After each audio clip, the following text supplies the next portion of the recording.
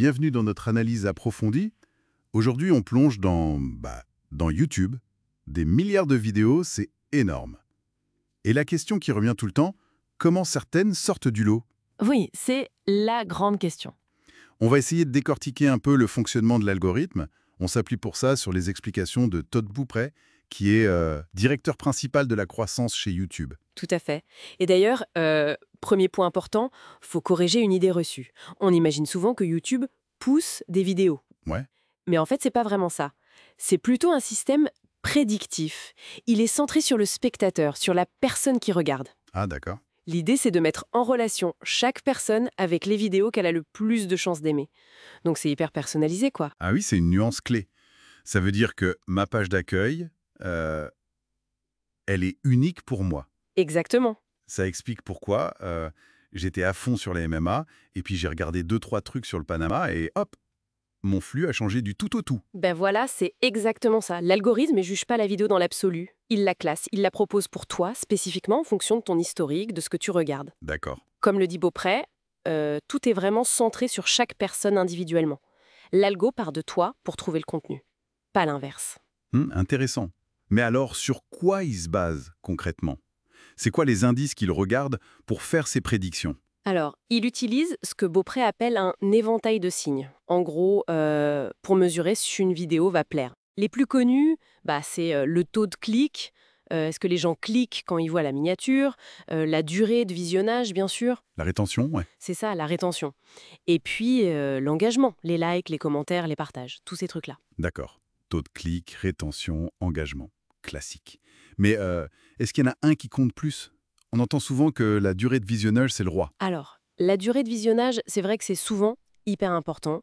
Ça montre direct si le contenu accroche les gens. Logique. Mais l'importance de chaque signal, ça dépend énormément du contexte. C'est ça qui est crucial.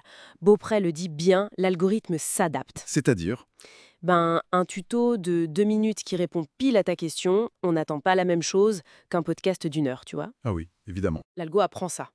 Le contexte, ça inclut le type de vidéo, mais aussi l'appareil. On regarde pas pareil sur son téléphone ou sur sa télé. L'heure aussi peut jouer. D'accord, d'accord. Donc, il n'y a pas de formule magique, unique, genre, fais ça et ça marche. Non, pas vraiment. C'est plus subtil. L'algo avise l'importance des facteurs selon la situation. Ça fait un peu penser à du bouche à oreille, mais version high-tech, non? C'est une super bonne image, oui. C'est un peu ça. L'algorithme regarde ce que des gens qui te ressemblent, avec un historique similaire, ont aimé, ou pas aimé d'ailleurs, Hmm. et il utilise ça pour prédire ce qui pourrait te plaire à toi. Beaupré dit qu'il puise dans ce que ces personnes similaires ont apprécié. C'est comme ça que même des vidéos de niche peuvent trouver leur public. Et ça rejoint un autre point, la durée de vie d'une vidéo. Il y a cet exemple d'une vidéo sur le montage sur téléphone qui a mis, 130 jours à décoller. Oui, 132 jours. Ça montre bien le potentiel de ce qu'on appelle le contenu evergreen, le contenu qui reste pertinent longtemps, C'est fou. carrément.